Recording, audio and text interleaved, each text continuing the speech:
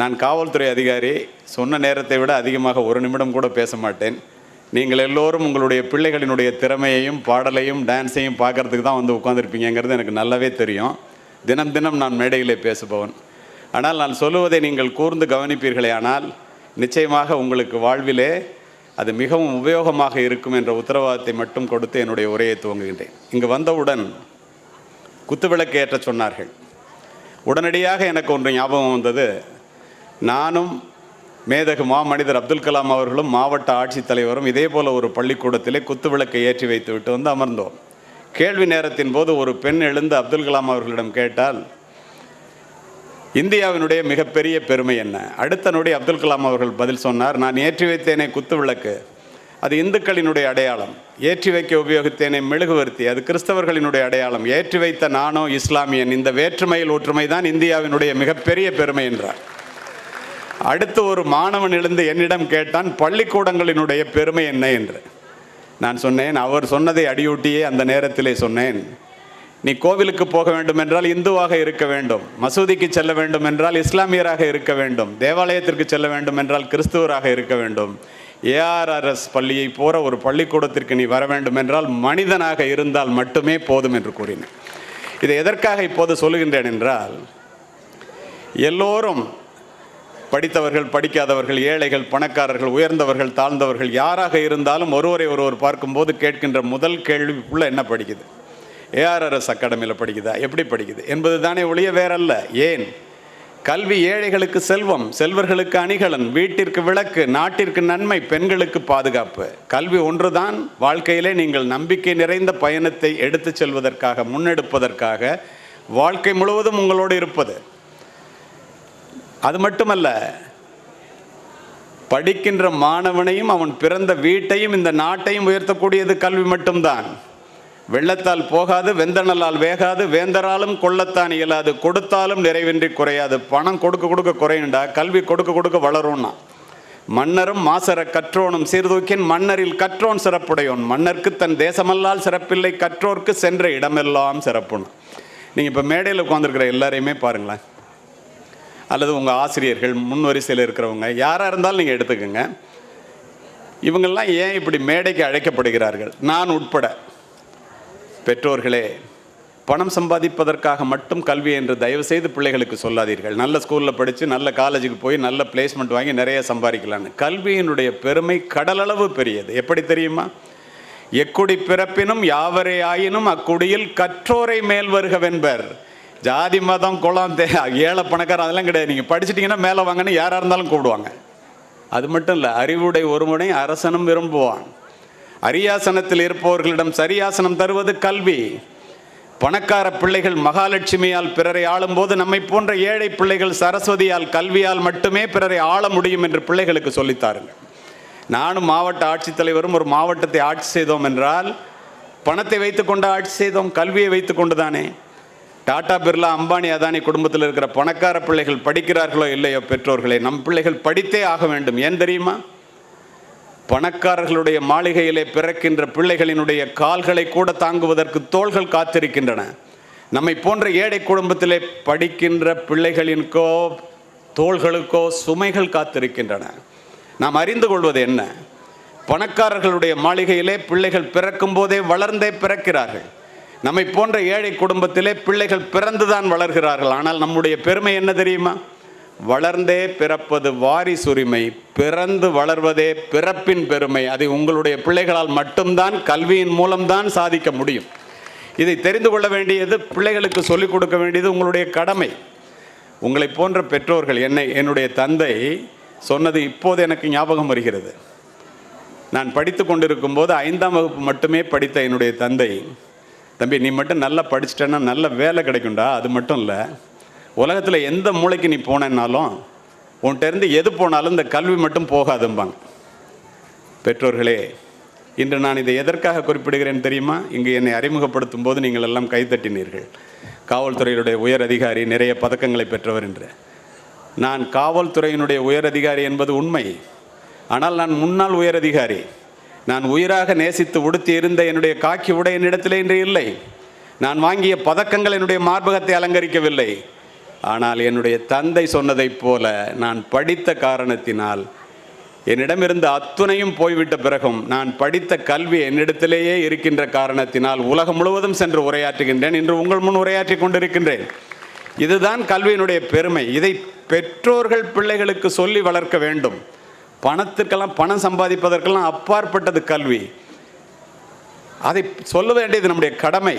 பாரதி அழகாக சொல்லுவான், என்னரும் தமிழ்நாட்டின் கண் எல்லோரும் கல்வி கற்று உன்னத இமயமலை போல் ஓங்கிடும் கீர்த்தி பெற்று இன்புற்றார் என மற்றொரு எம்பிட கேட்டிடல் என்னாலோம்பா. பாரதிதாசன் சொல்லுவார், எல்லா நலமும் ஈந்திடும் கல்வி இல்லா வீடு இருண்ட வீடன்க, படிப்பிலா நிறைந்த குடித்தனம் நரம்பில் துடிப்பிலா நிறைந்த சுடுகாடன்க, அறிவே கல்வியாம் அறிவிலா குடும்பம் நெறிகாணாமல் நின்றபடி விழும்னர். பெரிய பணக்காரனாக இருப்பான், புள்ள படிக்காது, நின்றபடி விழுந்துருமா. ஏழையாக இருக்கும், புள்ள படிச்சிருப்பான், ஆலமரத்தை போல விழுது விட்டு வளருமா. இந்த இடத்துல நான் உள்ளே நுழைந்தவுடன் உங்களுடைய அலுவலகத்திலே அறம் என்ற ஒரு புத்தகம் மேலே இருந்தது. உங்களுடைய தாளாளரனுடைய மேஜையிலே ஒரு நிமிடம் நான் மிகவும் நெகிழ்ந்து போனேன். ஜெயமோகன் எழுதிய புத்தகம், அப்படிப்பட்ட ஒரு அற்புதமான புத்தகத்தை ஒரு தாளாளர் படித்து கொண்டிருக்கிறாரே என்று நினைத்து விட்டு நான் சொன்னேன், சார் அதிலிருந்து நான் எடுத்துக்கிட்ட பாயிண்ட்டுன்னு என்கிட்ட சொன்னாங்க. மற்றவர்களுக்கு இதை நான் ஷேர் பண்ணேன்னு சொன்னாங்க. பெண்கள் தலைமை பொறுப்பை ஏற்றிருக்கின்ற எந்த ஒரு கல்வி நிறுவனமாக இருந்தாலும், நான் ஆயிரக்கணக்கான கூட்டங்களை முடித்தவன், 10 லட்சம் பேருக்கு மேலாக மாணவர்களை பார்த்தவன், அதில் ஒரு பர்ஃபெக்ஷன் இருக்கும். உங்கள் பிள்ளைங்களை நீங்கள் நம்பி ஒப்படைக்கலாம். நீங்கள் நினச்சதை விட உங்கள் பிள்ளைங்க பெரிய அளவில் வருவாங்க. இதெல்லாம் நான் தொடர்ந்து பார்த்து கொண்டிருப்பது. ஏன் அப்படி சொல்ல தெரியுமா? Women are trying to prove that women can do what men can do. Women were not created to do what men can do. Women were created to do what men cannot do. தமிழில் சொல்லணும்னா, பெண்கள் ஆண்கள் செய்வதை செய்வதற்காக படைக்கப்பட்டவர்கள் என்று நினைக்காதீர்கள். ஆண்களால் செய்ய முடியாததையும் பெண்களால் செய்ய முடியும் என்பதற்காக படைக்கப்பட்டவர்கள் பெண்கள். இதை நீங்கள் உணர்ந்து கொள்ள வேண்டும். இப்போ இந்த இடத்துல பெற்றோர்கள் நிறைய பேர் இருக்கீங்க. இங்கே பேசும்போது சொன்னாங்க, புத்தக வாசிப்பை பற்றி அந்த பெண் பேசும்போதும் உங்கள் எக்ஸிக்யூட்டிவ் டைரக்டர் பேசும்போதும் சொன்னார்.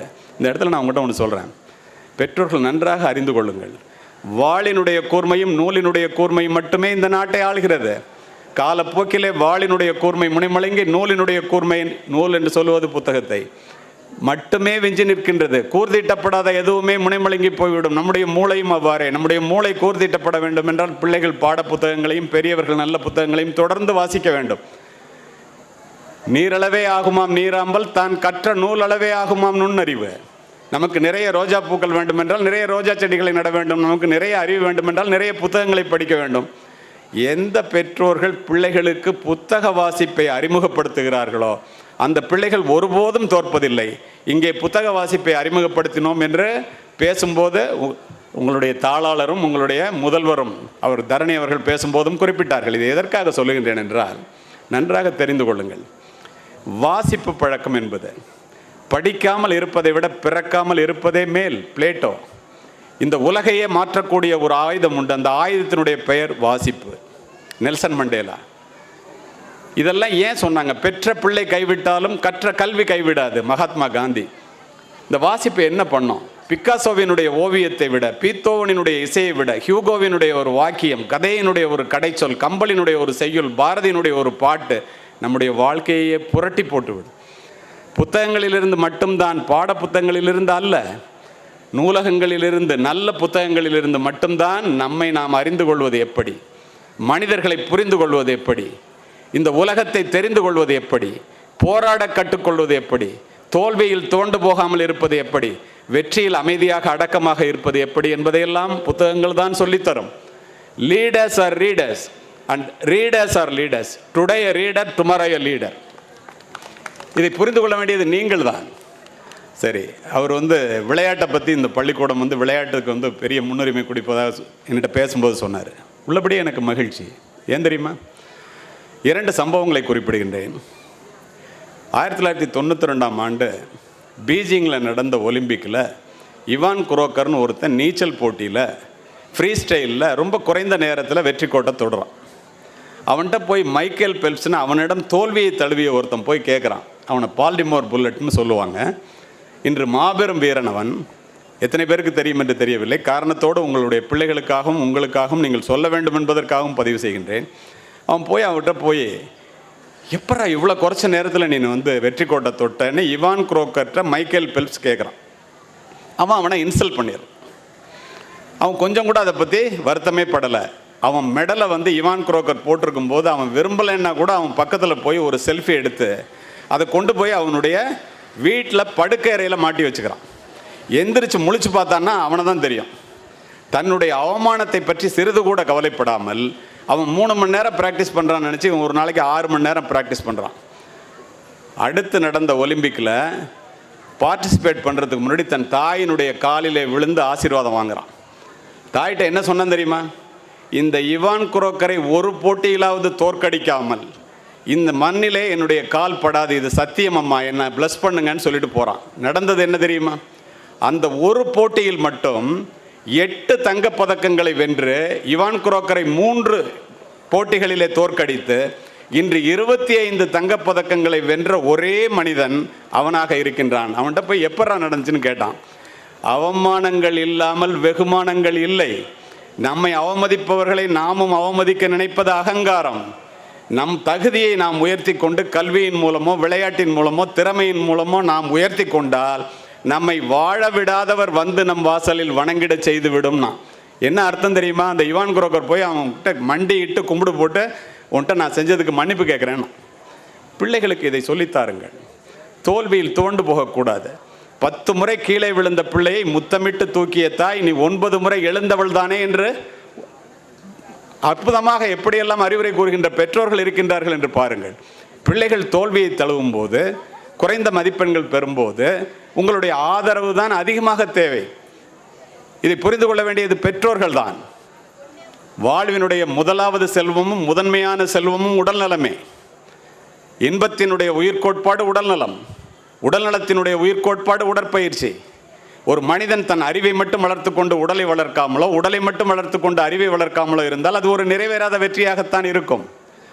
ஒரு வாரத்திற்கு 168 மணி நேரம், ஒரு நாளைக்கு 1 மணி நேரம், ஒரு வாரத்துக்கு 7 மணி நேரம் தான் குறையும். பாக்கி உள்ள 161 மணி நேரம் ஆண்களாக இருந்தாலும் பெண்களாக இருந்தாலும் உங்கள் உடலுக்காக நீங்கள் செலவு செய்தீர்களே ஆனால் உங்களுக்கு அந்த 161 மணி நேரத்தில் உத்தரவாதம் உண்டு.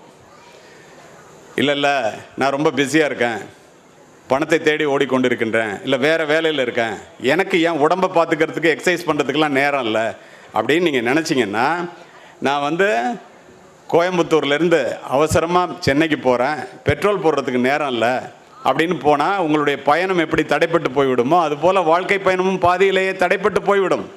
தயவுசெய்து பிள்ளைகளுக்கு இந்த விளையாட்டினுடைய அருமையை பற்றியும் உடற்பயிற்சியினுடைய அவசியத்தை பற்றியும் எடுத்து கூற வேண்டும் என்பதற்காக இதனை பதிவு செய்கின்றேன்.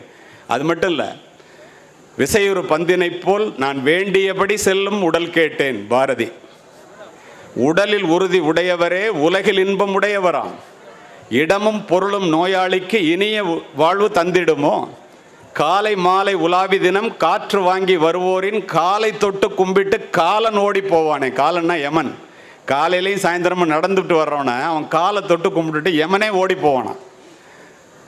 தூய காற்றும் நன்னீரும் சுண்ட பசித்தபின் உணவும் நோயை விரட்டி விடுமப்பா 100 வயது தருமப்பான்னர் மனோன்மணியன் சுந்தரனார்.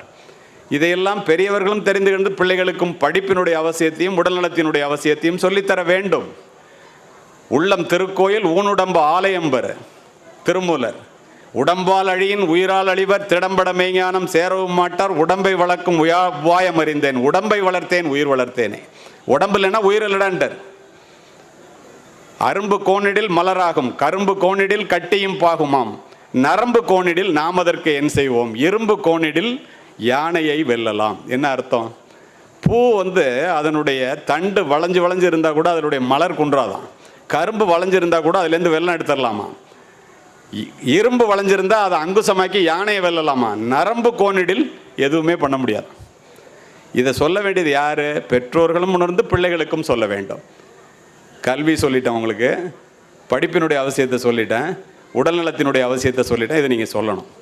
இப்போ இந்த இடத்துல ஒழுக்கத்திற்கு இந்த பள்ளி மிக முக்கியமாக நாங்கள் அதை பெருமையாக எடுத்துக்கொண்டு நிறைய செய்கிறோம் என்று சொன்னார்கள் அல்லவா?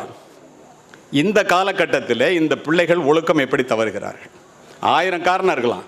இப்போ இருக்கிறதுல பெற்றோர்களே நன்றாக ஒன்றை கேட்டுக்கொள்ளுங்கள். செல்ஃபோன் என்பது ஒரு வரம். அதை ஒழுங்காக உபயோகப்படுத்தும் வரை. செல்போன் என்பது ஒரு சாபம், அதை முறை தவறி உபயோகித்தால். ஒரு வாரத்துக்கு முன்னாடி சைபர் சொசைட்டி ஆஃப் இந்தியாவுக்கு நான் பேசினதுலேருந்து ஒரு 3 நிமிடங்கள் உங்களுடைய நலனுக்காகவும் உங்களுடைய பிள்ளைகள், இந்த நிர்வாகம், இந்த பள்ளியினுடைய நலனுக்காகவும் முக்கியமான கருத்துக்களை பதிவு செய்கின்றேன். 2020 கோவிட் நேரத்தில் இணையத்தை உபயோகித்தவர்களினுடைய எண்ணிக்கை இந்தியாவில் 79 கோடி. 2021 மார்ச்சில் 3 மாதத்தில் இணையத்தை உபயோகிப்பவர்களினுடைய எண்ணிக்கை 3.5 கோடி உயர்ந்து 82.5 கோடியாக மாறிவிட்டது. இந்த 3.5 கோடியிலே 3 கோடி பேர் இளைஞர்கள். இது எதுக்கு இந்த இடத்துல பதிவு செய்கிறேன் தெரியுமா? பெற்றோர்களே, 1000 பள்ளிக்கூடங்களிலே, நகர்ப்புறங்களிலே ஒரு 10,000 மாணவ மாணவிகளிடம் ஒரு கணக்கெடுப்பு நடத்தினார்கள். ஆசிரியர்களும் பெற்றோர்களும் அறிந்து கொள்ளட்டும். கணக்கெடுப்பினுடைய முடிவு பெற்றோர்களையும் ஆசிரியர்களையும் அல்ல, இளைய சமுதாயத்தையே அதிர வைத்தது. 69% மாணவர்களும் 27% மாணவிகளும் கோவிடுக்கு பிறகு விரும்பியோ விரும்பாமலோ தேடியோ தேடாமலோ இணையத்திலே வந்து விழுகின்ற ஆபாச படங்களை பார்க்கிறார்கள், அதை தங்களுக்குள் பகிர்ந்து கொள்ளுகிறார்கள். அதிவேக இன்டர்நெட் இணைப்புகள் மூலம் ஒரு சொடுக்கிலே திரையிலே வந்து விழுகின்ற ஆபாச படங்கள் என்ற வெள்ளம் அமைதியான பிஞ்சு குழந்தைகளினுடைய பண்பு நலன்களை அடித்து செல்கிறது என்பதை பாவம் பெற்றோர்கள் அறிந்து கொள்வதில்லை. காரணம், பல பெற்றோர்களுக்கு அதில் என்ன இருக்கிறது, எப்படி உபயோகிப்பது என்பதே தெரியாது. அதுவே அந்த பிள்ளைகளுக்கு வசதியாக போய்விடுகிறது. கவர்ச்சியை கடைவிரித்து காசு பண்ணுகிறார்கள். குடும்ப உறவுகளை கூட கொச்சைப்படுத்துகிறார்கள். பசி உறக்கம் தாகம் போல காமம் என்பதும் ஒரு உணர்வு. அறம் சார்ந்த வாழ்க்கையாக இருக்கும்போது நாம் அதை பிள்ளைகளுக்கு மறைத்து மறைத்து மூடி மூடி வளர்த்தோம் என்பது சரி. இப்போது எக்ஸ்போஷர் என்று சொல்லுகின்ற வெளி உலக தொடர்புகள், உலகம் ஒரு கைக்குள் பிள்ளைகளுக்கு வந்துவிட்ட பிறகு பசி உறக்கம் தாகம் போல காமம் என்பதும் ஒரு உணர்வு என்பதை பெற்றோர்களும் ஆசிரியர்களும் சொல்ல வேண்டிய வயதிலே, சொல்ல வேண்டிய நபர்கள் மூலமாக, சொல்ல வேண்டிய மொழியிலே, சொல்ல வேண்டிய விதத்திலே நீங்கள் சொல்லவில்லை என்றால் செல்போன்களும் சின்ன திரைகளும் பெரிய திரைகளும் கள்ளங்கபடம் இல்லாத பிஞ்சு குழந்தைகளினுடைய கையை பிடித்து அழைத்து கொண்டு போய் ஆபாச புதைகுழியிலே தள்ளி விடுவார்கள் என்பதை முன்னாள் காவல்துறை அதிகாரியாக இந்த அரங்கத்திலே உங்களிடம் நான் பதிவு செய்கின்றேன். காரணம் என்ன தெரியுமா? எவ்வளவு அப்படியே ஆணித்தரமாக கேட்குறீங்க பார்த்தீங்களா? இதனுடைய ஏன் இப்படி சொல்கிறேன் அப்படின்னா, இந்த செல்ஃபோனில் வந்து என்ன நடக்குதுன்னு உங்களுக்கு தெரியறதை விட ஒரு காவல்துறை அதிகாரியாக எங்களுக்கு அதிகமாக தெரியும். செல்ஃபோனில் இருந்து இதில் தப்பிக்கிறதுக்கு என்ன செய்யணுங்கிறதையும் சொல்கிறேன். பிள்ளைகளுக்கும் சொல்லித்தாருங்கள், நீங்களும் செய்யுங்கள். செல்ஃபோனை கண்டுபிடிச்ச apple phone CEO Steve jobs சொன்னார், apple proved that a cell phone can change the world within 10 years. Every once in a while a revolutionary product comes along and it changes everything. My magical product reshaped the culture, shaken up the industries, put computer in millions of packets and made it possible to know everything within a few tap on the screen. தமிழில் நமக்கு உரியதை மட்டும் எடுத்துக்குவோம். ரீஷேப்டு த கல்ச்சர்னா, ஒரு கையகல cellphone வந்து நண்பர்களே, பெற்றோர்களே, ஆசிரியர் பெருமக்களே, ஒரு ஆணுக்கும் பெண்ணுக்கும் இடையிலே உள்ள இடைவெளியை ஒன்றுமே இல்லாமல் செய்துவிட்டது. இரவு 9 மணிக்கு மேல் செல்போனிலே எரிகின்ற வெளிச்சத்தினால் பல குடும்பங்கள் இருளிலே மூழ்கி கொண்டிருக்கின்றன என்பதை பெற்றோர்கள் தயவு செய்து புரிந்து கொள்ளுங்கள். இந்த நேரத்தில் ஒன்று சொல்கிறேன். 2 மாதத்திற்கு முன்னால் 16-17 வயது நிரம்பிய 16 என்ன சொல்லுவீங்க 11th and 12th 11ஆம் வகுப்பு 12ஆம் வகுப்பு படிக்கின்ற மாணவர் 27 பேர் சேர்ந்து பாய்ஸ் லாக்கர் ரூம்னு ஒரு இன்ஸ்டாகிராம் பேஜ் ஆரம்பிக்கிறான். அத்துணை பெண்களை பற்றிய அசிங்கங்களும் அதில் அரங்கேறிக்கொண்டே இருக்கிறது, யாருக்குமே தெரியாது. பொள்ளாச்சி சம்பவத்தை போல ஒரு சம்பவம் நடந்துவிடும் என்று நினைக்கின்ற அளவிற்கு அது போய்கொண்டிருக்கும் போது ஒரு இன்ஸ்டாகிராம் ஸ்க்ரீன்ஷாட் லீக் ஆயிடுச்சு. காவல்துறை விழித்து கொண்டது. அட்மினை கைது பண்ணால் 15 வயசு பையன். அவன் ஆரம்பிச்சிருக்கிற இன்ஸ்டாகிராம் பேஜ் என்ன? Boys locker room. அதில் அரங்கேறுகின்றது என்ன? அத்துணை பெண்களினுடைய அசிங்கங்களும்.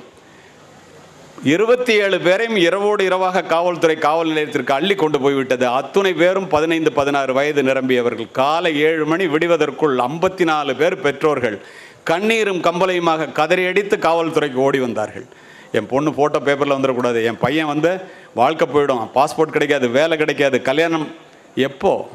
கண்கட்ட பிறகு சூரிய நமஸ்காரம் என்றால் தயவுசெய்து பிள்ளைகளை நீங்கள் கவனமாக பார்த்து கொள்ளுங்கள்.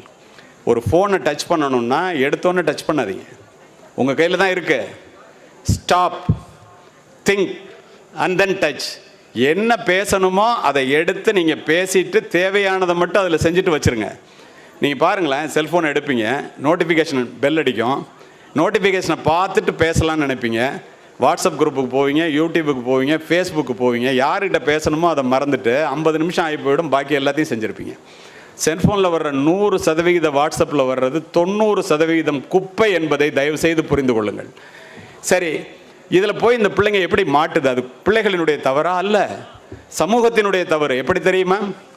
இந்தியாவில் இன்றைக்கு சராசரியாக நன்றாக காதிலே வாங்கி கொள்ளுங்கள், ஒரு நாளைக்கு ஒவ்வொரு இந்தியனும் 150 முறை செல்ஃபோனை எடுத்து நம்ம சோதித்து பார்க்குறோமா என்ன வந்திருக்குன்னு. உக்ரைனில் குண்டு விழுந்துருச்சா, ஓசோனில் ஓட்டை விழுந்துருச்சா?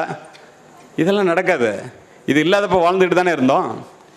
படிப்பதற்காகவும் பயனடைவதற்காகவும் மட்டுமே அதை உபயோகிக்க கற்றுக்கொள்ளுங்கள், அல்லது நீங்கள் அதிலே படைப்பாளிகளாக இருப்பதற்காக கற்றுக்கொள்ளுங்கள். சும்மா கண்டதையும் பார்க்கறதுக்காக பிள்ளைங்க அதை கற்றுக்கிடுச்சுன்னா போச்சு. 2 நாளைக்கு முன்னாடி ஜெய்ப்பூருக்கு போயிருந்தேன். எதுக்கு தெரியுமா? நீட்டில் இந்தியாவில் ஃபர்ஸ்ட் வந்த பிள்ளைகளையும் ஜேஇ அட்வான்ஸ், ஜேஇ மெயின் என்று சொல்லப்படுகின்ற ஐஐடிக்கான எக்ஸாமில் ஃபர்ஸ்ட் வந்த பிள்ளைகளையும் பாராட்டுவதற்காக என்னையும் ஒரு தலைமைச் செயலாளரையும் கூப்பிட்டேன். அந்த பசங்கள்கிட்ட மேடைக்கு வரும்போது கேட்டேன், எப்படா இந்தியாவில் ஃபர்ஸ்ட் வர? சொன்னால், சார் ஒரு நாளைக்கு 7 மணி நேரம் படிப்போம் சார், 2 மணி நேரம் பரீட்சை எழுதி பார்ப்போம் சார். 10th 11th 12th 3 வருஷம் செல்போனை தொடவே இல்லை சார். சமூக வலைதளங்கள் பக்கம் தலை வச்சு படிக்கல சார். அவன் 7 மணி நேரம் படிக்கிறான், இந்தியாவில் ஃபர்ஸ்ட் வர்றான். உங்களுக்கு தெரியுமா, ஐஐடியில் உள்ள 23 ஐஐடி இருக்குது இந்தியாவில். மொதல் 7 ஐஐடி கரக்பூரில் ஆரம்பித்து பாம்பே சென்னை வரைக்கும் வரும். இந்த 7 ஐஐடியில் படிச்சுட்டு வெளியில் வந்தால் ஒரு பையனுக்கு ஒரு வருஷத்துக்கு 1 கோடி ரூபா சம்பளம், ஒரு மாதத்துக்கு 10 லட்ச ரூபான்னு வச்சுங்க. நம்ம ஆள் என்ஜினியரிங் படிச்சுட்டு 10,000 ரூபாய்க்கு ரோட்டில் நிற்கிறான். 2 என்ஜினியரிங் படிப்பு தான். இப்படிப்பட்ட அற்புதமான ஏஆர்எஸ் அகாடமி போல் ஒரு பள்ளியில் படிக்க வைக்கிற நீங்கள் திங்க் பிக். உங்கள் பிள்ளைகளுக்கு பெருசாக திங்க் பண்ண கற்றுக்கொள்ளுங்கள். ஏன் அப்படி சொல்கிறேன்னா, நீ என்னவாக வேண்டும் என்று நினைக்கிறாயோ அதுவாகவே ஆகிவிடுவாய் என்று பிள்ளைகளுக்கு சொல்லித்தாருங்கள். அது மட்டும் இல்லை, இதை நான் சொல்லலை, விவேகானந்தர் சொல்கிறாரு, எவ்வுயிர் எப்படி எண்ணினா அவ்வுயிர்க்கு அப்படி அளித்தல் அற்புதன் ஜோதி என்கிறார் ராமலிங்க அடிகளார். பூமியில் இருப்பதும் வானத்தில் பறப்பதும் அவரவர் எண்ணங்களே. கண்ணதாசன். நீ எதை கேட்கிறாயோ அதைத்தானடா வாழ் உனக்கு தருகிறது, அதனால் பெரிதினும் பெரிது கேள். இப்போ இந்த பள்ளிக்கூடத்தை ஆரம்பித்த திரு ஸ்ரீனிவாசன் அவர்கள் ஒரு பள்ளியிலே வேலை செய்து கொண்டிருந்தவர். எவ்வளோ பெரிய திங்கிங். அப்படிப்பட்ட ஒரு பள்ளியிலே நீங்கள் படிக்கும்போது இப்படிப்பட்ட ஒரு சுமித்ரா தேவி போன்ற ஒரு தாளாளரையும் ரவிச்சந்திரன் போன்ற ஒரு தலைவரையும் பெற்றிருக்கின்ற நீங்கள் பெரிதாக திங்க் பண்ண வேண்டாமா? அதுதானே நீங்கள் இந்த பள்ளியில் கற்றுக்கிற மிகப்பெரிய முக்கியமான ஒன்று. ஏன் அப்படி செய்ய மாட்டேங்கிறீங்க? ஒரு மனிதனை உயர்த்துவது அவனுடைய சிந்தனை தான். ரூசோ, மனிதர்கள் தங்களுடைய எண்ணங்களுக்கு ஏற்பவே உயர்ந்த நிலையிலும் தாழ்ந்த நிலையிலும் வாழ்கிறார்கள். Emerson, whatever a mind of a man can conceive and believe he can achieve. Napoleon Hill, when you really want something the universe always conspire in your favorங்கிற அல்கமிஸ்ட்ங்கிற புத்தகத்தில் பவுலோ கவுலோ.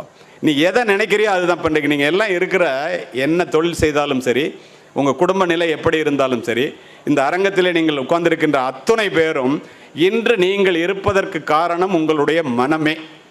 புத்தர், நான் சொல்லலை. அப்போது திங்க் பிக்குங்கிறத யார் சொல்லித்தர? நீங்கள் தானே சொல்லித்தரணும். இப்போ இந்த மாதிரி ஒழுக்கக்கேடான விஷயங்களில் இதில் இன்னொன்று என்னென்னா, இந்த செல்ஃபோனில் நம்ம போய் மாட்டிக்கிறது ஏதோ அகஸ்மாத்தாக நடக்கிறது அல்ல, விரித்த வலை. உங்களுக்கு ஆச்சரியமாக இருக்கும், நம்முடைய உளவியலை மிகப்பெரிய புத்திசாலிகளை கொண்டு கோடிக்கணக்காக செலவு செய்து, இப்போ ஒரு ஃபேஸ்புக் ஆப், ஒரு செயலி அப்ளிகேஷன் வச்சுங்களேன், அதை வடிவமைப்பவர்கள் பணம் சம்பாதிப்பதற்காக உங்களுடைய நேரத்தையும் உங்களுடைய கவனத்தையும் தங்களிடமே வைத்துக்கொள்வது எப்படி என்பதற்காக திட்டமிட்டு அதை செயல்படுத்துகிறார்கள். இது தெரியாமல் நம் பிள்ளைகள் போய் அதில் மாட்டிக்கொண்டு ராத்திரி பெட்ரூமுக்கு போனால் ஃபோனோட, காலையில் எந்திரிச்சோன்னு ஃபோனை தேடுறது, ராத்திரி 2 மணி வரைக்கும் செல்லை நோண்டிகிட்டு இருந்துட்டு பள்ளிக்கூடத்துக்கு வரும்போது சாப்பிட்டோமா சாப்பிடலையான்னு தெரியாமல், ரோட்டில் என்ன நடக்குதுன்னே தெரியாமல் பைத்தியக்கார மாதிரி அலைகிறான். அமெரிக்காவில் ஸ்டாட்டிஸ்டிக் அண்ட் டயக்னோஸ்டிக்னு ஒரு அமைப்பு இருக்குது, மனநல மருத்துவர்களுடைய அமைப்பு. இப்போ போகும்போது நான் தெரிஞ்சுக்கிட்டது, இந்தியாவில் உள்ள இளைஞர்களிலே 25% இளைஞர்கள் பெற்றோர்களுக்கே தெரியாமல் செல்ஃபோனில் அடிக்ட் ஆகிட்டான். மனநல மருத்துவம் தேவை என்று சொல்லுகிறார். இதை புரிந்து கொள்ள வேண்டியது யார்? நீங்கள் தானே. சரி, பெற்றோர்களுக்கு மட்டும் பேசி முடிக்கிறேன், நேரம் கருதி. ஈன்று புறந்தருதல் எந்தலை கடனை, சான்றோனாக்குதல் தந்தைக்கு கடனை. பெற்று கொடுப்பது தாயோட வேலையாம், அவனை பெரியவனாக்குறது அப்பாவோட வேலையாம். தந்தை மகற்காற்றும் நன்றி அவையத்து முந்தி இருப்ப செயல். படித்தவர்கள் நிறைந்த அவையிலே புத்திசாலி பிள்ளையா வளர்த்தெடுக்கிறது அம்மாவை சொல்லலை, அப்பாவோட வேலைன்ட்டான். நீங்கள் பெற்றோர் ஆசிரியர் சங்கம் இப்போ கூப்பிட்றாங்கன்னு வச்சுங்களேன், பெற்றோர் பேரண்ட்ஸ் மீட்டிங்க்கு அம்மா மட்டுமே வருவாங்க. ஏன்னா அது அம்மாவோட வேலையா. பரவாயில்ல, இங்கே நிறைய ஆண்கள் உட்காந்துருக்கீங்க அப்பாலாம், அது வரைக்கும் எனக்கு சந்தோஷம். பாருங்கள், அட்மினிஸ்ட்ரேஷன்லேருந்து தான் தெரியும் உங்களுக்கு, இந்த அப்பாவுக்கெல்லாம் இதை விட பெரிய முக்கியமான வேலை இருக்கான். உங்களுக்கு தெரியுமா? குழலினிது யாழினிது என்பர் மக்கள் மழலை சொல் கேளாதவர், மக்கள் மெய்தீண்டல் உடலுக்கு இன்பம் அவர்தம் சொல் கேட்டல் இன்பம் செவிக்கு. என்ன அர்த்தம்? 100 கோடி பேங்க் பேலன்ஸு, 1000 ஏக்கர் நிலம், மாட மாளிகைகள்லாம் உண்மையான சொத்து இல்லைடா. உயிருள்ள உன்னுடைய பிள்ளை தாண்டா உண்மையான சொத்து. அதுக்கு உன் நேரத்தை செலவு பண்ணு. Spending time with children is more important than spending money on them. இதை புரிஞ்சுக்க வேண்டியது நீங்கள் தான். பிள்ளைகள் ஒரு வாழ்க்கைக்கு பணம் அவசியம். வாழ்க்கை வேறு, பொருள் வேறு. பொருளே வாழ்க்கை இல்லை. வாழ்க்கை என்று சொல்வது பிள்ளைகளை, பொருள் என்று சொல்வது பணத்தை. ஒரு மனிதன் பொருளை இழந்து வாழ்க்கையை தக்க வைத்துக் கொள்ளலாம். வாழ்க்கை இழந்து பொருளை தக்க வைத்துக் கொள்வது விரல் போவது தெரியாமல் மோதிரத்திற்கு ஆசைப்படுவதைப் போல, பால் தெரிந்து போவது பாத்திரத்திற்கு தெரியாது என்பதைப் போல பிள்ளைகள் கெட்டு போய்விட்டார்கள் என்பதை கடைசியாக தெரிந்து கொள்கிறவர்கள் பெற்றோர்களாகத்தான் இருக்கின்றீர்கள். இதை நீங்கள் முதலிலேயே புரிந்து கொள்ள வேண்டும் என்பதற்காக இதனை பதிவு செய்கின்றேன். அது மட்டுமல்ல, ஒரு அம்மா நினச்சா என்ன பண்ண முடியும் தெரியுமா? ஒரு சாதாரண நரைந்து, அம்மாவையும் விட்டு வைக்கலைங்க, எந்த குழந்தையும் நல்ல குழந்தை தான் மண்ணில் பிறக்கையிலே அது நல்லவராவதும் தீயவராவதும் அன்னை வளர்ப்பினில் என்று போயிட்டான். ஒரு சாதாரண நரேந்திரனை விவேகானந்தராக மாற்றியது என்னுடைய தாய் என்று எழுதுகிறார் சுயசரிதையிலே. ஒரு சாதாரண மோகன்தாஸை மகாத்மாவாக மாற்றியது என்னுடைய தாய். அவர் சொல்றாரு, ஒரு சாதாரண சிவாஜியை சத்ரபதி சிவாஜியாக மாற்றியது, வீர சிவாஜியாக மாற்றியது என்னுடைய தாய். ஏன் அவ்வளோ தூரம்?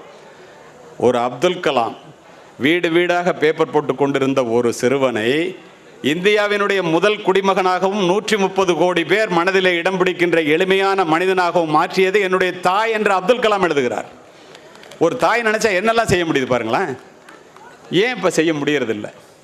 அதை விட வேற என்ன முக்கியமான வேலை உங்களுக்கு தெரியுமா? இதோ எரிகிறதே, பிரபஞ்சத்தினுடைய பிரம்மாண்ட தேவையான மின்சார பல்பை கண்டுபிடித்த தாமஸ் ஆல்வா எடிசன் 5ஆம் வகுப்பு படிக்கும்போது உண்மை நிகழ்வு. அவளுடைய தாய் நான்சியிடம் கொடுக்க சொல்லி ஒரு கடிதத்தை 5ஆம் வகுப்பு ஆசிரியை கொடுத்து அனுப்புகிறார்.